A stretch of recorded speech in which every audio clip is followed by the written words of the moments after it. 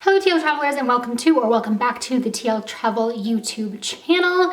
In the spirit of answering some destination wedding related questions this month, I wanted to jump in and give you guys my top tips for planning a destination wedding. If you are new here and you've not been following along, recently we returned from my younger sister's destination wedding in Mexico.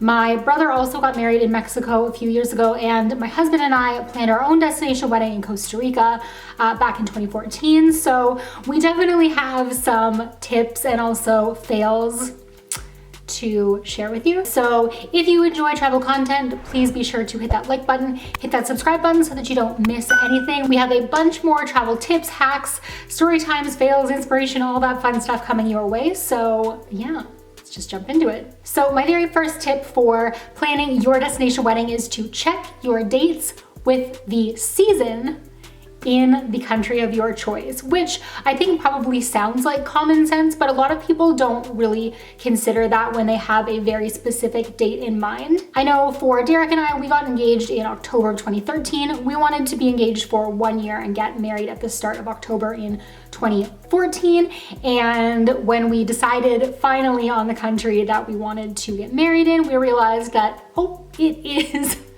rainy monsoon season at that time. So we did end up having to push our dates a little bit. But if you aren't really thinking along that wavelength, you may not know, and you may just end up in a bit of a disastrous weather situation. The second tip is going to be to make sure to give your guests enough notice to get the time off for work. A lot of people think of 6 months as being maybe long enough, but it is also true that a lot of people will book their vacations a year in advance. So while they may technically have enough time to book that time off in their work, it's also possible that they may already have vacations planned. So be sure to give your guests enough notice and even check with them beforehand to make sure that your destination wedding dates are going to be able to work for them, or at least for the people that you 100% need to be there. You know, like your parents or your bridal party. My third tip is going to be to get a wedding planner. If you saw my first wedding disaster storytime video, and if you didn't, I'll be sure to link it up above. But if you saw that video, you will understand the very important importance.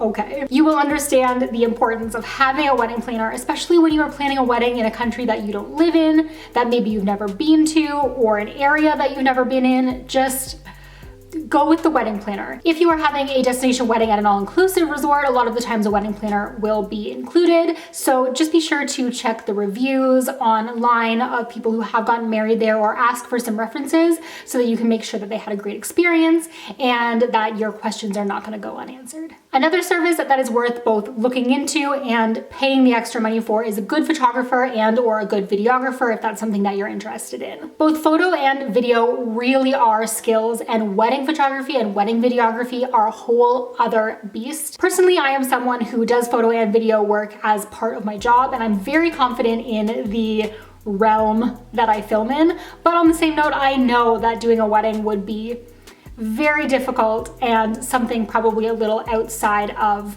where I'm comfortable.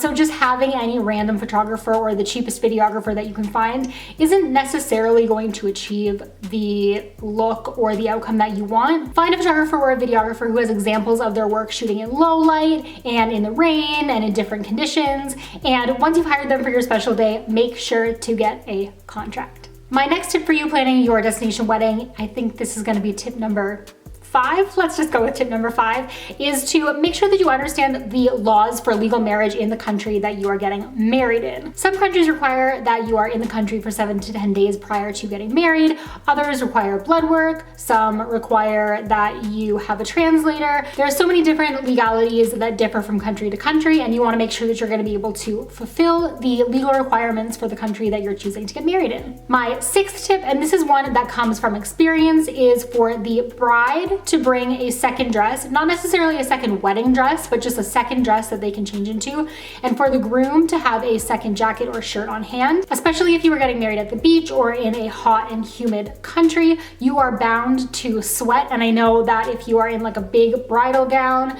the likelihood of you getting hot and dehydrated is a lot higher.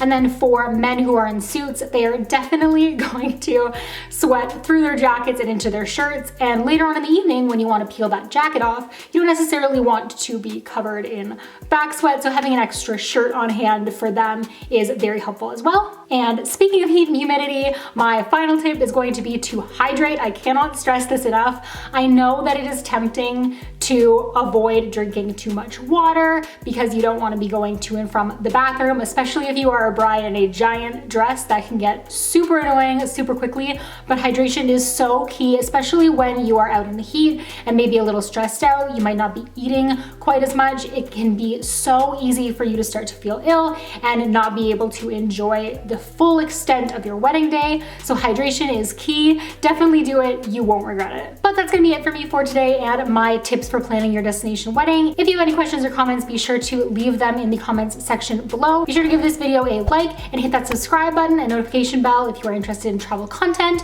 We post new travel content every Thursday and Sunday, and we are always so excited to share our adventures, tips, tricks, and hacks with you. And until I see you guys in my next video, stay great, travel safe, and I will see you then. Bye guys.